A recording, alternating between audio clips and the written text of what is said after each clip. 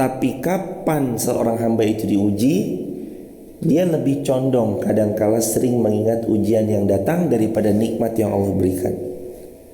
Itu sifat manusia.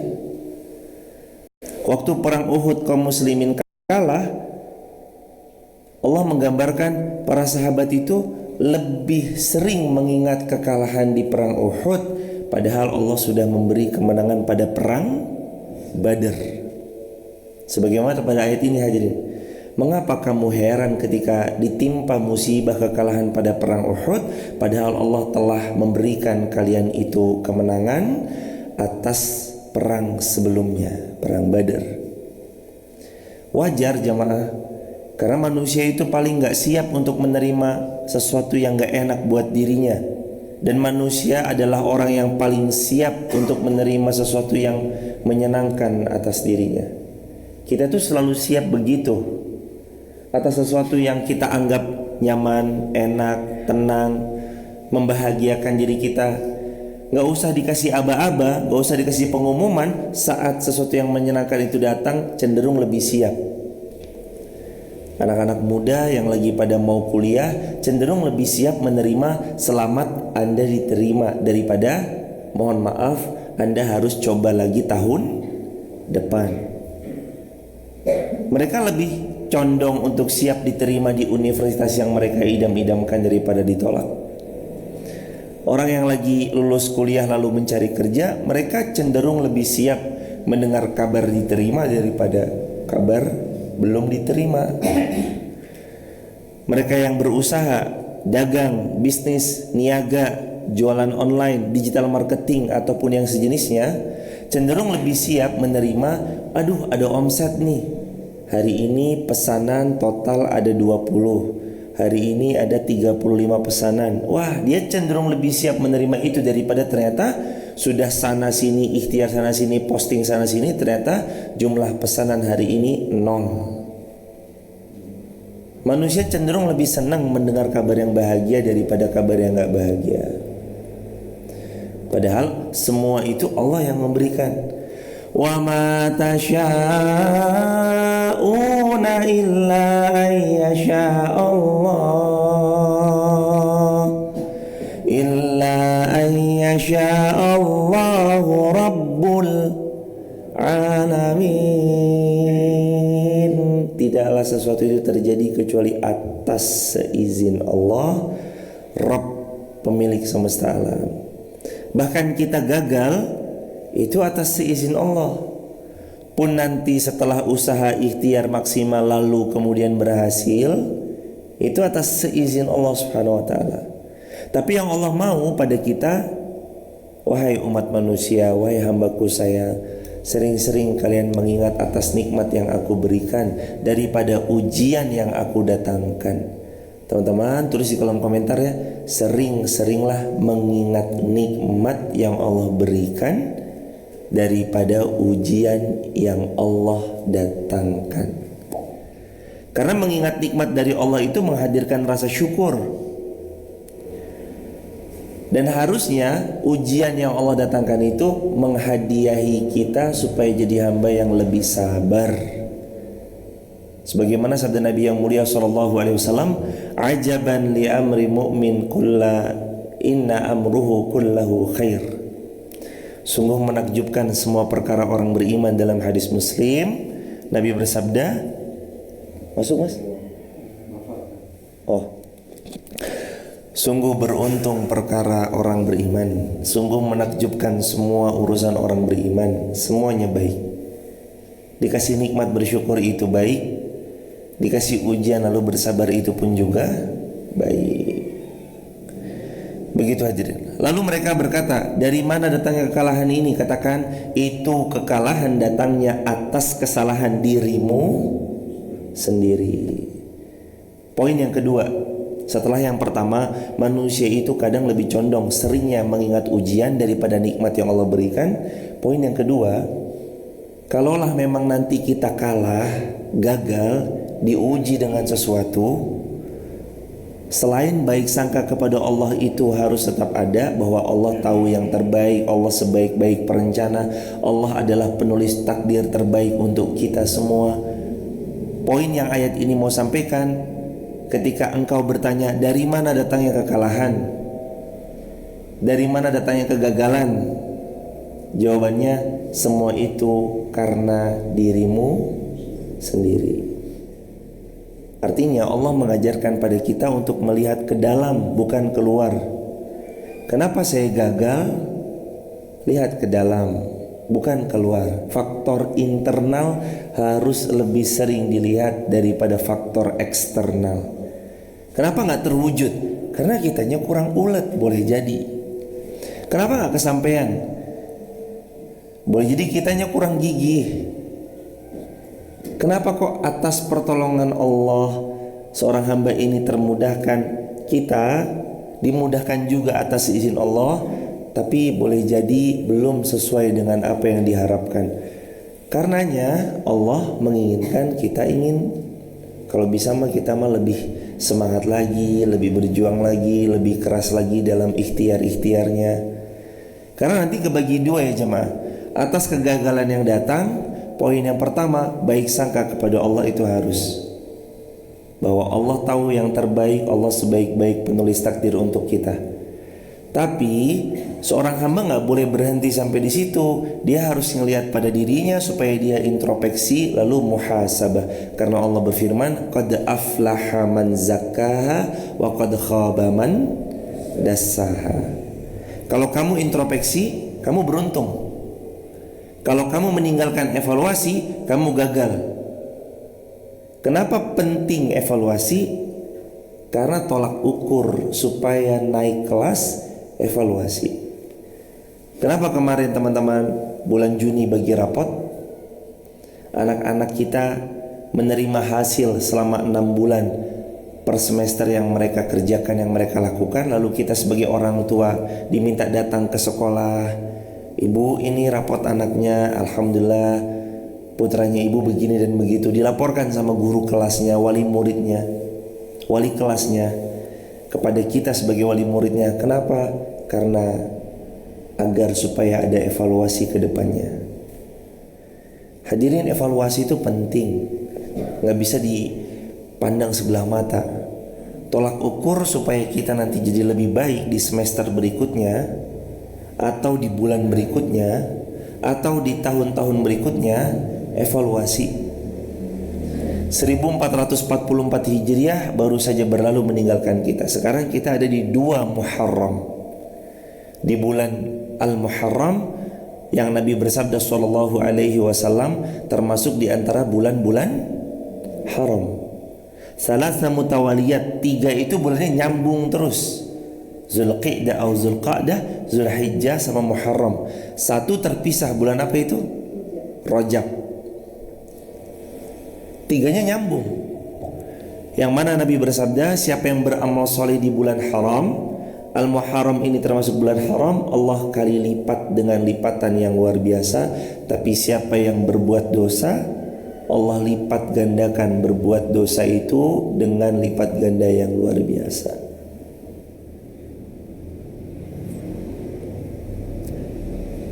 Kembali dalam bahasan, seseorang itu akan lebih mudah jadi hamba yang lebih baik kalau dia melihat kepada dirinya sendiri. Maka coba lihat ayatnya. Ketika mereka saling bertanya, qultum anna hadza qul huwa min 'indi anfusikum. Ketika mereka bertanya, kok kalah sih? Ayat 165 Ali Imran. Kenapa kita gagal? Kenapa kita kalah pada perang Uhud? Qul huwa min 'indi anfusikum. Kamu gagal, kamu kalah pada perang Uhud ya karena sebab ulahmu sendiri. Nabi SAW sudah bersabda, wahai pasukan pemanah, jangan turun kecuali ada aba-aba dariku. Ketika pasukannya Khalid bin Walid, waktu itu Khalid bin Walid jadi panglimanya perang Uhud bersama Ibnu Qami'ah, bersama Ikrimah bin Abi Jahal. Udah kalah, mereka terpukul mundur. Nabi berpesan, jangan turun dulu sebelum ada aba-aba dariku, kata baginda SAW. Namun harta ghanimah ternyata begitu menggiurkan. Mereka turun dari Jabal Rumat, bukit pemanah, ada 40 sampai 50 orang yang Nabi taruh di sana. Mereka turun silau dengan harta ghanimah yang ada di hadapan.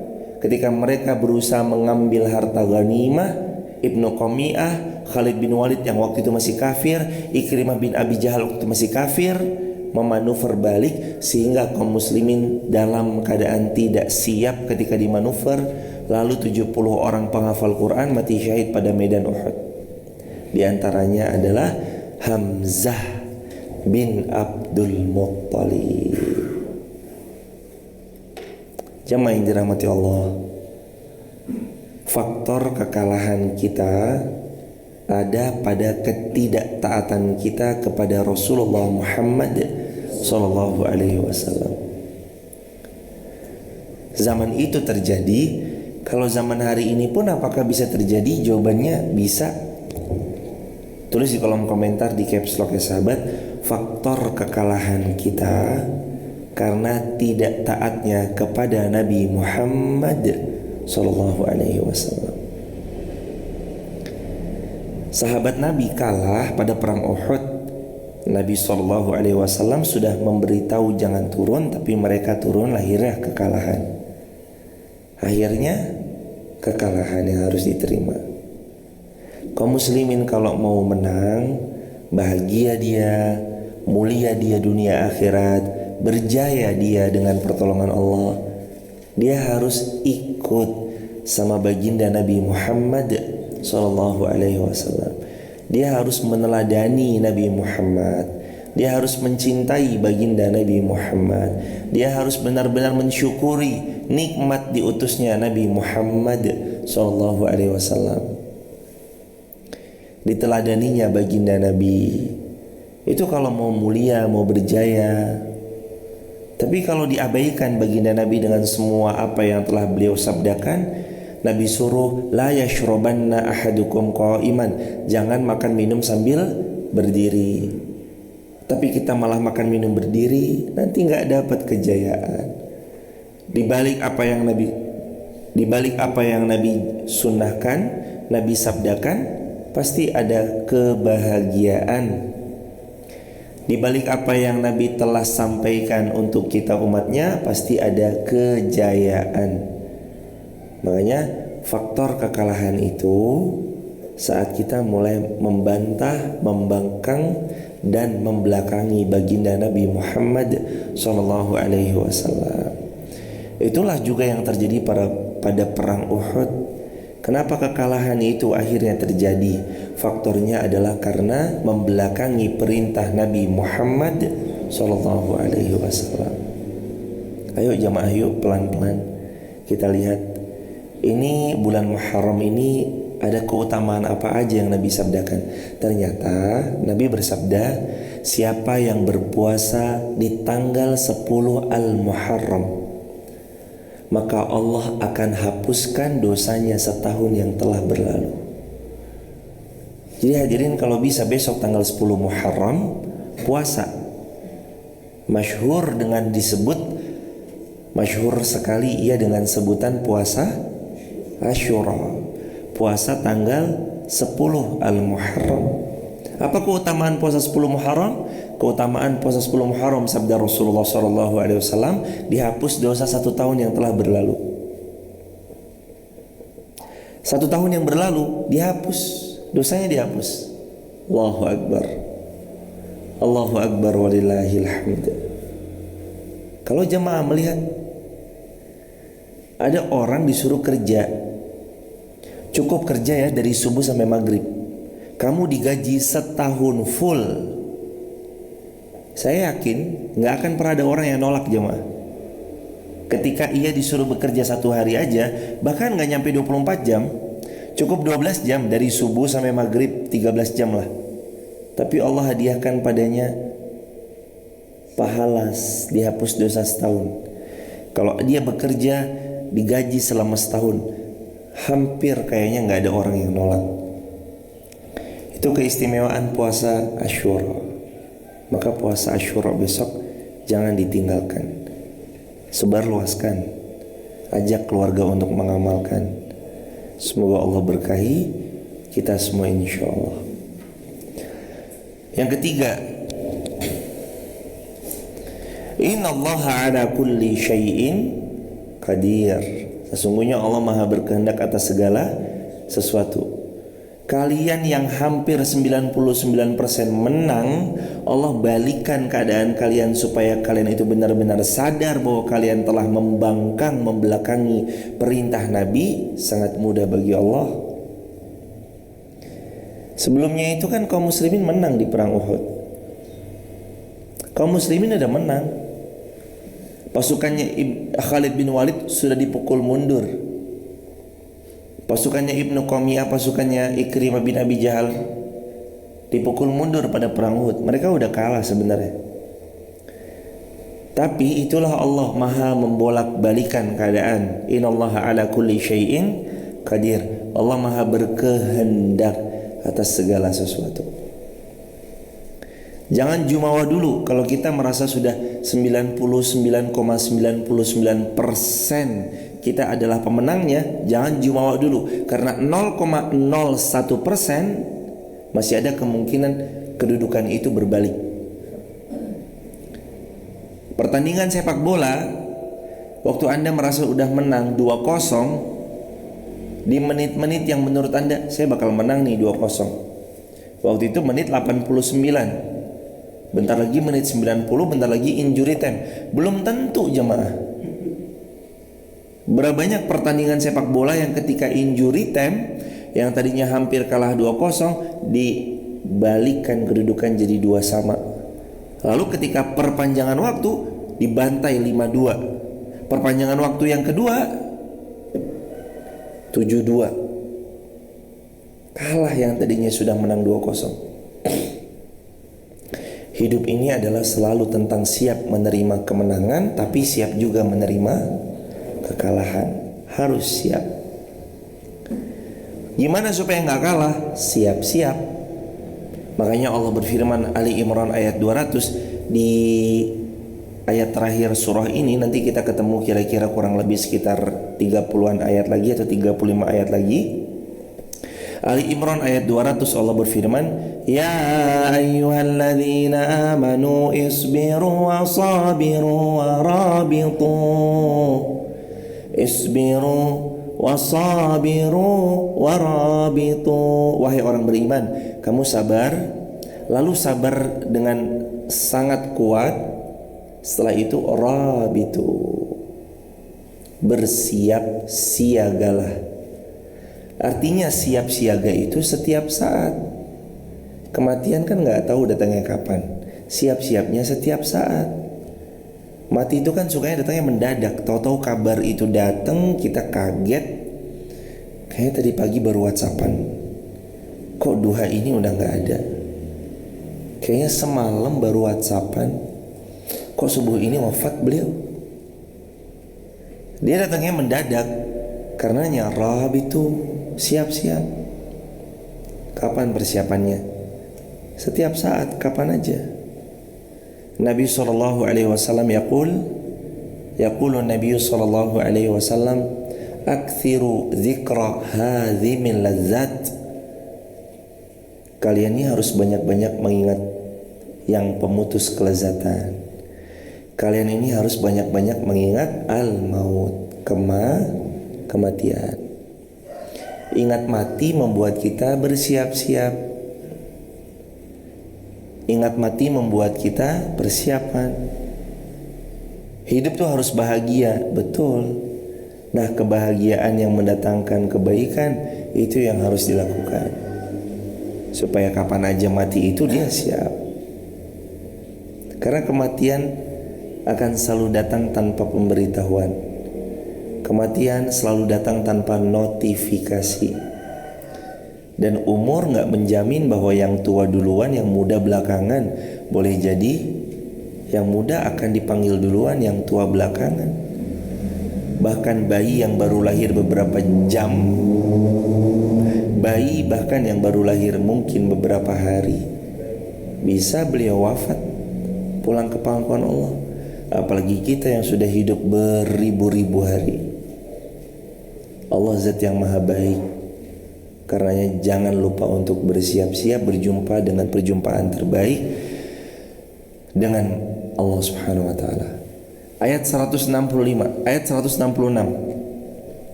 Wa ma asabakum yawmal taqal jam'an fabi'idnillahi waliya'lamal mu'minin. Dan apa saja yang menimpamu ketika terjadi pertempuran di antara dua pasukan itu adalah dengan seizin Allah. Allah ingin menguji kalian. Waliya'lamal mu'minin, siapa yang benar-benar beriman. Allah ingin menguji jemaah. Kadang Allah balikan keadaan yang tadinya kita menang kok tiba-tiba kalah. Yang tadinya Anda sudah pemimpin pasar kok tiba-tiba Anda harus memulai dari nol. Allah tuh mau tahu kalian beriman gak? Kalian itu original atau KW imannya? Uang gak merubah seseorang. Uang menyingkap siapa orang itu sebenarnya.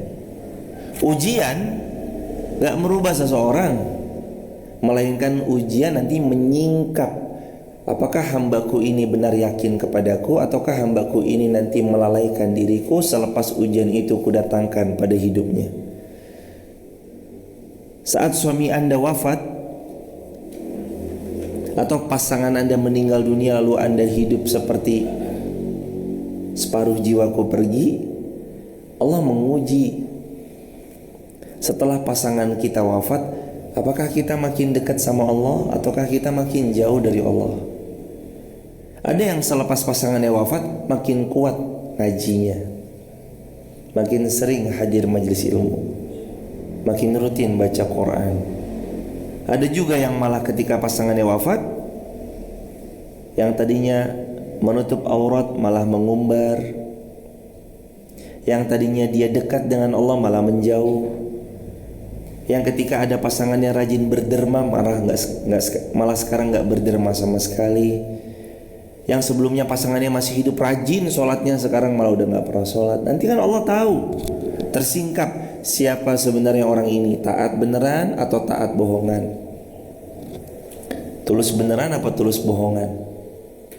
Dia ibadah cuma karena dapat pujian manusia, atau karena faktor ada pasangan yang mengingatkan, atau dia benar-benar beribadah karena ridho Allah. Waliya'lamal mu'minin, Allah mau tahu waliya'lama, supaya Allah benar-benar mengetahui al-mu'minin, siapa yang benar-benar beriman. Allah tuh tahu, bahkan kita gak perlu cerita pun Allah tahu. Tapi kan ini bentuk ujian. Ujian supaya kita tuh menunjukkan kesungguhan, sabarnya sungguh-sungguh, syukurnya sungguh-sungguh. Kalau sabda baginda Nabi SAW riwayat Bukhari, innallaha idza ahabba qauman ibtalahum. Allah itu kalau mencintai seorang hamba, Allah pasti akan uji. Allah tuh kalau mencintai seorang hamba, Allah uji jamaah. Gak mungkin gak diuji. Ciri-ciri orang beriman pasti diuji. Dan ciri-ciri hamba yang Allah cintai pasti akan diuji. Gak mungkin enggak. Setiap siapapun yang dia memproklamirkan, mendeklarasikan bahwa dirinya beriman, pasti Allah uji.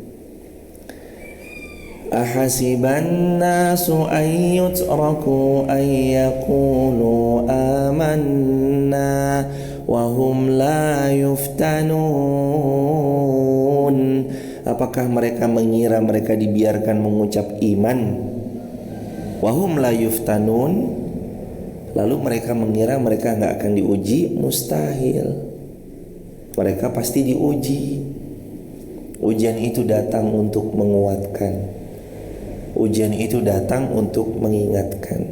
Dan satu lagi, fungsi ujian itu datang untuk meninggikan derajat.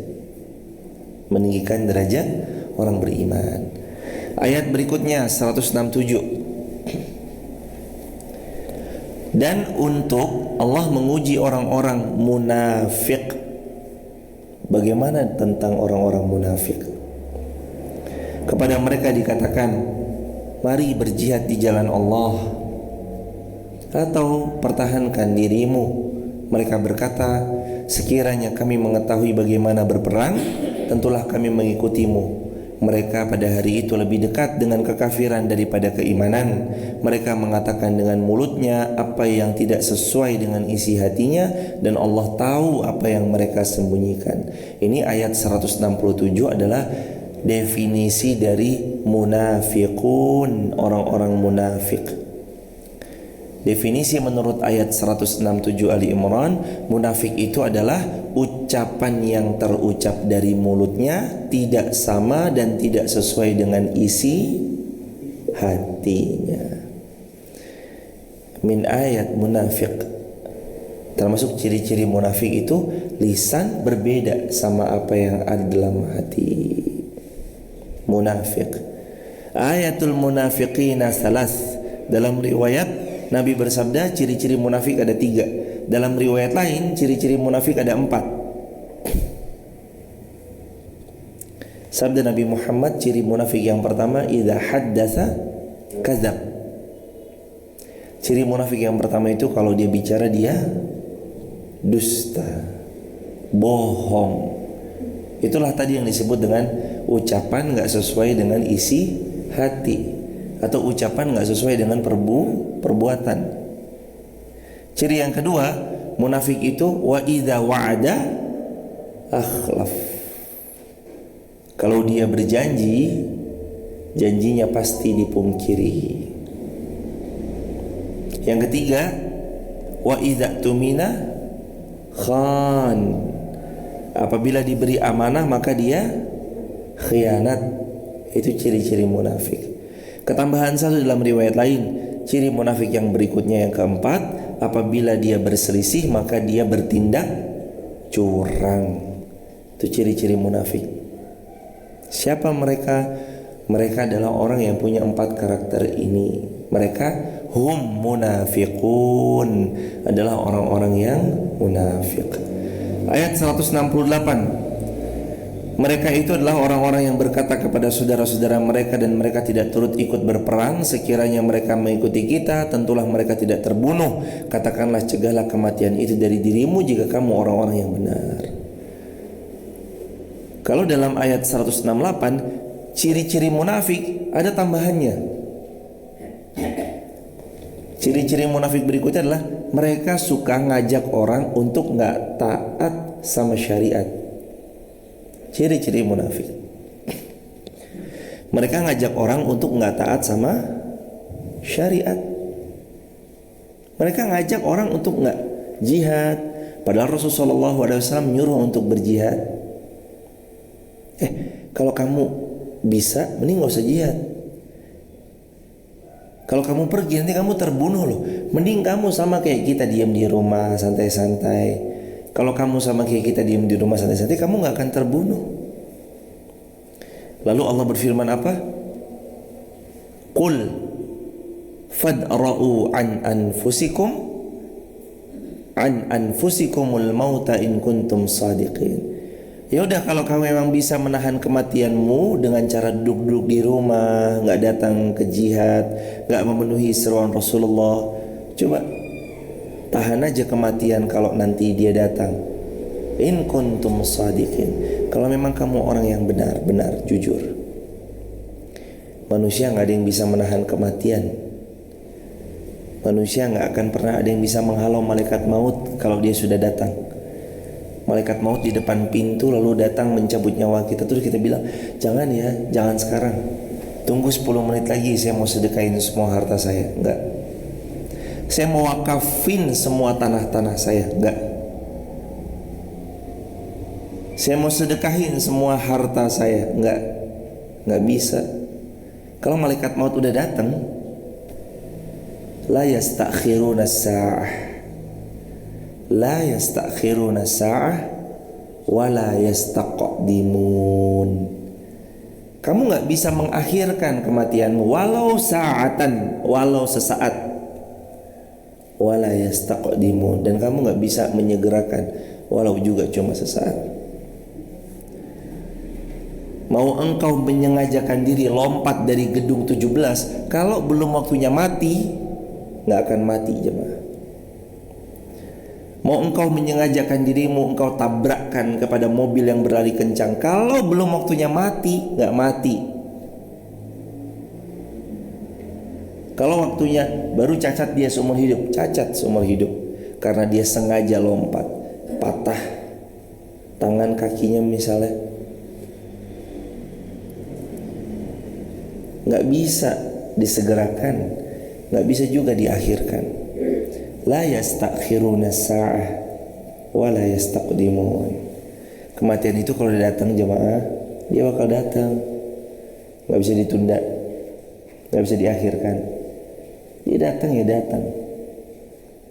Dan betapa bahagianya orang-orang yang beriman. Yo rajin live streaming gini ya orang, insya Allah tanda beriman. Rajin ngaji begini ya insya Allah tanda iman. Siapa tuh jemaah yang rela setiap paginya waktunya diserahkan untuk Allah. Ini kan hadirin, ini tandanya, ya Allah, waktu saya 1 jam ini hamba serahkan untukmu ya Allah. Maka udah nggak usah sibuk mikir ngaji saya diterima nggak ya, saya talim gini diterima apa nggak ya. Nggak usah mikir jamaah. Lawong jamaah bisa duduk di majelis ilmu aja itu udah karunia Allah yang besar buat kita. Teman-teman yang di rumah, yang di TikTok, YouTube, Instagram, lagi live streaming, nonton kajian, gak usah mikir. Gak usah mikir, ini live streaming saya diterima Allah gak ya? Gak usah mikir begitu lah. Wong jamaah mencet bisa live streaming aja itu sudah bisa ditakdirkan. Live streaming ngaji itu udah hal terbaik yang Allah hadiahkan kok. Gak usah dipikir diterima atau enggak. Ini aja udah hadiah dari Allah, rahmat dari Allah. Ini aja udah kebaikan yang Allah hadiahkan buat kita bisa ngaji bareng-bareng begini, bisa live streaming dari rumah. Nah kalau dipikir-pikir ini kan suaranya di sini toh jemaah. Suaranya kan di Desa Garung, yang sekarang lagi dingin-dinginnya nih, bulan Juli, Agustus, lagi dingin-dinginnya. Pagi ini kita lihat Garung 14 derajat, Masya Allah. Bentar lagi ntar makin dingin, bisa 11. Kan sound sistemnya di Fatimah Garung. Lah kok kenapa suara ini terdengar? Yang nonton dari Papua, atau yang mungkin nonton ada yang dari Jakarta. Coba kalau dipikir itu kalau bukan karena rahmat Allah, teknologi yang Allah karuniai di depan kita, adanya sosial media. Nah kalau dipikir-pikir jamaah kan cuma pakai alat begini toh. Alat begini jok jamaah taruh alat ini dengar, alat ini bunyi. Kok bisa begitu loh jemaah? Emang ada kabelnya nyambung ke handphonenya gitu kan? Nggak ada. Kan lagi-lagi hadza min fadli rabbi liyabluwani am ashkur au akfur. Ingat firman Allah, hadza, ini semua min fadli rabbi, karena fadl, karunia dari Allah. Karunia itu untuk dua, liyabluwani, menguji aku, am ashkur au akfur, apakah aku akan mensyukurinya dengan berbuat taat, kebaikan dari handphone yang dikaruniakan, au akfur, atau aku malah kufur nikmat. Pakai handphone bukan malah untuk kebaikan, tapi malah untuk kemaksiatan. Nanti jemaah akan tahu betapa bahagianya orang-orang yang menggunakan semua yang Allah hadiahkan padanya untuk kebaikan. Handphone pakai yang baik-baik, lihat yang baik-baik, live streaming dengerin yang baik-baik. Kalaupun ada sekelibat lewat sesuatu yang kurang baik, gak Allah senangi, malah cenderung sesuatu yang tidak pantas, unlike, unsubscribe, tinggalkan. Minimalisir akses kita untuk ketemu lagi sama hal-hal gitu dengan tidak menyukainya. Karena hari ini surga Allah begitu indah dan insya Allah lebih mudah untuk kita capai kalau kita menggunakan peran sosial media dengan kebaikan. Tapi ingat, dia ibarat pisau bermata dua. Ya, untuk berbuat baik ya bisa, untuk berbuat jahat juga bisa. Apalagi sekarang teman-teman ini harus mohon izin, kalau bisa info ini nanti disebarluaskan ya, di screen video sebarluaskan. Sahabat yang dirahmati Allah, kita semua hari ini harus lebih berhati-hati dengan semakin majunya teknologi.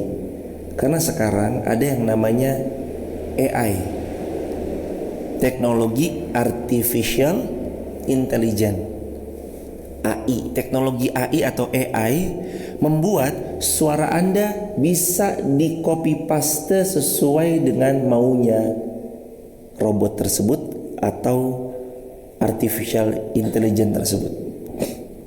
Bahkan sekarang saking majunya teknologi, jamaah sudah bisa live streaming pakai wajahnya siapapun yang jamaah mau.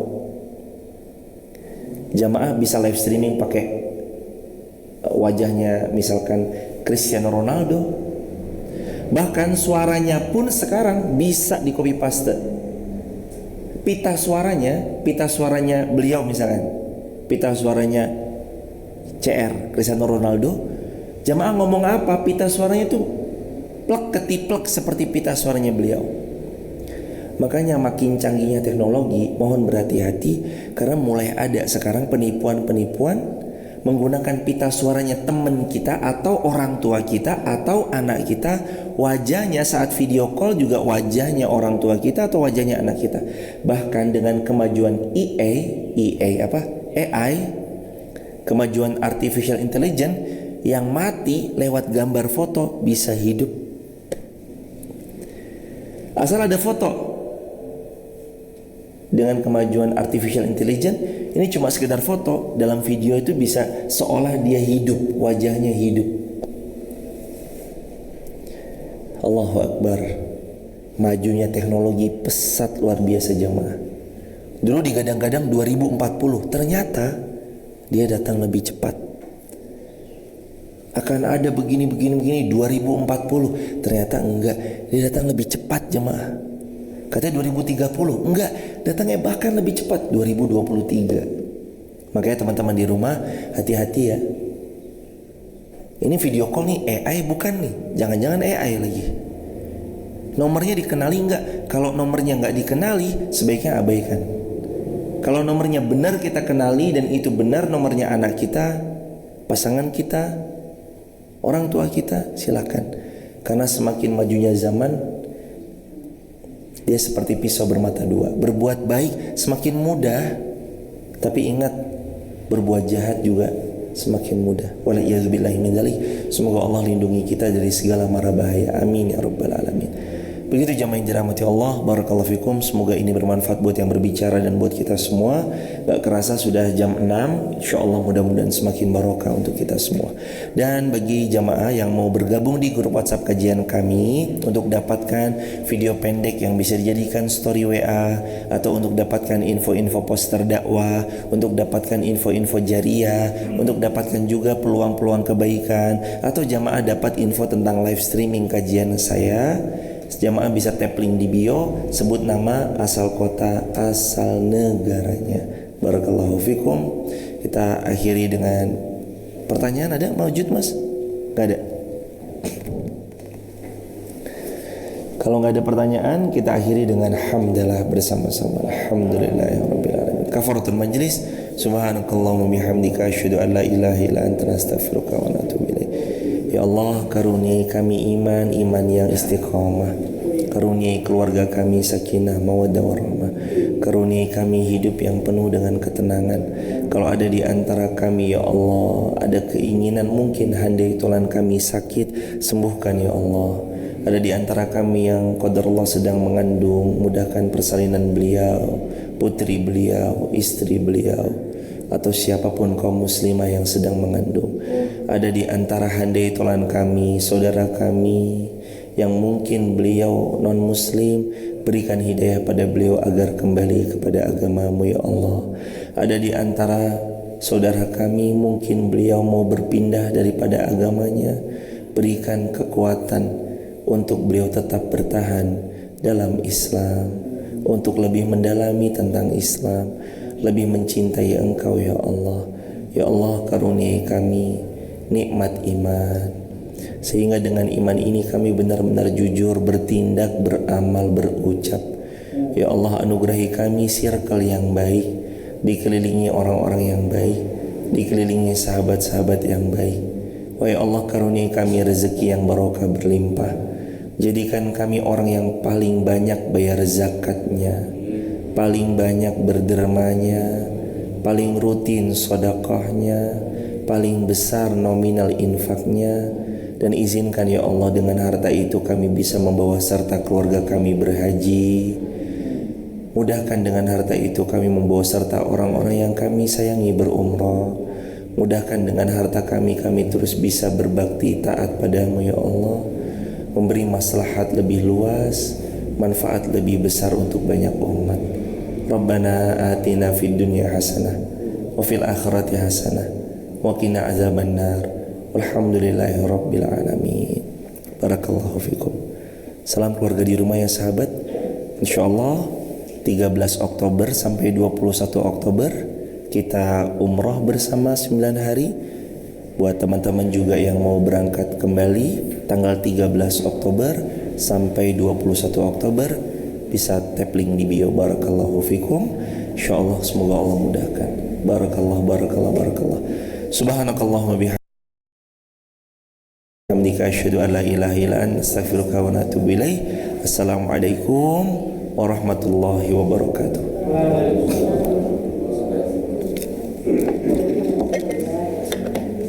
Terima kasih ya teman-teman TikTok, YouTube, Instagram. Terima kasih. Jazakumullah khairan ya Ibu Yana di TikTok. Jazakumullah khairan. Lalu ada Jazakumullah khairan Ibu Dona Rahayu, Mas Rahmat Syala, Ibu Shani, Ibu Halo Sahabat, Mas Halo Sahabat. Lalu ada Lengli Andara, Ibu Lengli, barakallah. Makasih Ibu kemarin udah ke Garung, barakallah. Ibu Malika Z, ada Hani Cat, Berti Bogor, Dona Rahayu, Febrian, Feni, Rini, Rahmat Tarafa. Ustadz kalau nge-share videonya boleh atau enggak? Boleh ya teman-teman. Buat teman-teman, kalau memang dirasa dari video yang dibagikan di Reels Instagram ataupun di video TikTok ada manfaatnya, teman-teman silakan di-share, nggak ada masalah. DR Arayhani, barakallah. Sadia, Ibu Mami. Apakah harus izin? Jawabannya nggak perlu izin, karena insya Allah apapun yang diposting di sosial media itu semua insya Allah boleh disebarluaskan. Tentu sambil sama-sama jaga niat.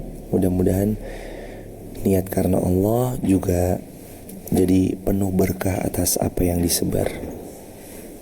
SS video gimana caranya? Oh, screen video macam-macam ya teman-teman caranya.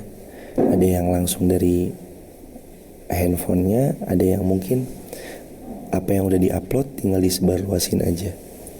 Mudah-mudahan jadi jariah buat bareng-bareng. Sehat semua sahabat. Insya Allah. Mas Dede, makasih Mas Dede, barakallah. Insya Allah kita umroh bareng ya, 13 Oktober sampai 21 Oktober kalau masih hidup, insya Allah. Ibu Lioza, Ibu Alfa Alif, barakallah. Mas DR Arayhani, Ibu DR Arayhani, Ibu Ilna, barakallah. Assalamualaikum warahmatullahi wabarakatuh teman-teman. Barakallah, salam keluarga ya. Salam keluarga. Ibu Naishi Lamar, barakallah.